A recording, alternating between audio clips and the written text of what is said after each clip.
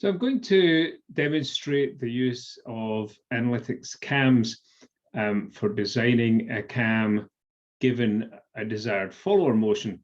The other way we can work is we can start with a cam profile and go to a follower, but I want to work in this direction. Start with a follower and go to a cam. So first of all, we see down here the cam angle. We've got it here in 5-degree increments. I'd like to do it in 1-degree increments, get a bit more data out of this. So if we go to options, we can see that data point 72, that's 5-degree intervals. I can make that 360, and that'll be 1-degree intervals.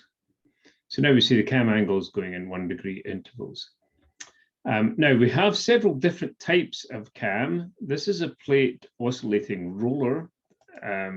We see the picture up here. I have the option for plate cams. I can have a reciprocating flat face, reciprocating roller, oscillating flat face, or oscillating roller. As we're going to define the motion of the follower, we need to know what type of follower it is and what parameters it has. The oscillating cams, there's an oscillating flat face.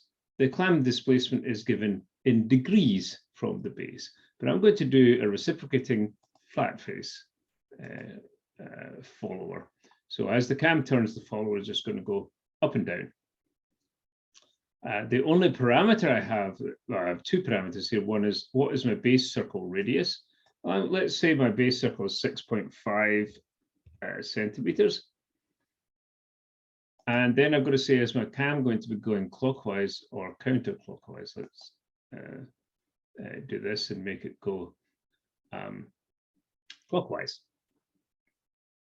So now what I'm going to do is I'm going to define how the follower is going to move. And at the moment, the follower is going to just stay this column here, which has S, is the displacement from the base circle. And you can see the displacements are all 0. So the follower is going to go nowhere. And the cam is circular, the follower just stay stationary.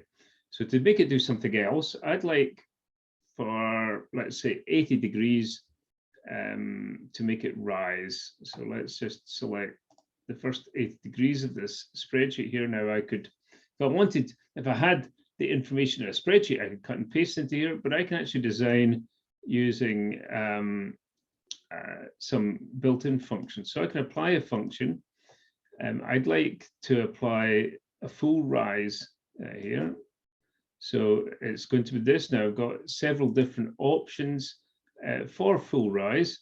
I can do cycloidal, modified trapezoid, modified sine, and so forth. Let me just choose one. I'll use modified trapezoid. For the full rise, I'm going to go from an initial angle of 0 to a final angle of 80. So it's over 80 degrees of cam rotation. The initial displacement is going to be 0. That's 0 displacement from the base circle.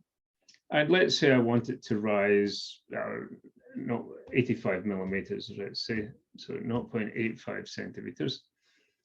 And we'll apply that. Now, notice we've got a nice little rise here, followed by something crazy at this point. Well, the crazy thing is because we have a complete discontinuity, we've gone back from 0.85 to 0. Well, that's not really what we want. What we'd like to do is now add a dwell. So do a dwell starting at the 80-degree spot and final angle. Let's say we dwell from motion from 80 degrees to, let's say, 150. And the initial S, that's initial displacement. I want that to be 0.85. So this dwell is going to stick at 0.85 the whole way along. I'll apply that. And now we see, okay, we've got a nice bit here, but again, we've got a discontinuity at the end here, which causes it to go crazy. So now we want to go, let's bring it back down with a fall or a full rise, a negative full rise, if you like. So we'll start at 150. And let's say we need to go to 270. and our initial is 0.85. Oh, sorry, it's going to be one of these. Initial 0.85, final, we'll bring it back down to 0. And so there we have the cam that will perform that motion. So what can we do at this point is we can look at various aspects of the cam. Sorry, down here we can look at the displacement. And that's the displacement that we've defined by our full rise, our dwell, and our fall. We can look at the velocity, the acceleration, and also we have two different types of full rise there. Jerk. Look at them all together, and a pressure angle. That's irrelevant here. There isn't a pressure angle, but that becomes relevant with oscillating cams. Well, sorry, it also becomes relevant with a reciprocating roller, and radius of curvature of the cam. But importantly, we can actually extract the geometry of the cam. So here we have the x coordinates and the y coordinates of the locations at every 1 degree of the cam, measured with a 0 at the axis of the cam. So if I now copy that,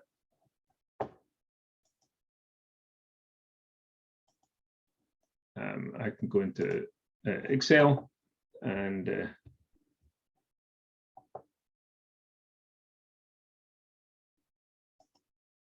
paste that thing into Excel and do what we want to with those coordinates, or we can export. We can save the file. We can save it as a CAM file, but we can also save it as a text file, which will give you that data as text, or as a DXF file for reading into AutoCAD and such like. So that is more or less the functionality. If we moved to reciprocating flat, to oscillating roller, let's say, we have more parameters we need to fill in with the base angle of the roller, the various distances. Let's just look at now. Note this displacement now are degrees, so it's a reasonably substantial displacement. So we end up with a pretty big, pretty non-circular cam, but we need to fill in these various different things. The distance AB, this distance from here to here, the arm BC, distance from there to there, and the faller radius of this little piece here. Okay, that is essentially the functionality of Analytix Cams as used to design new cams.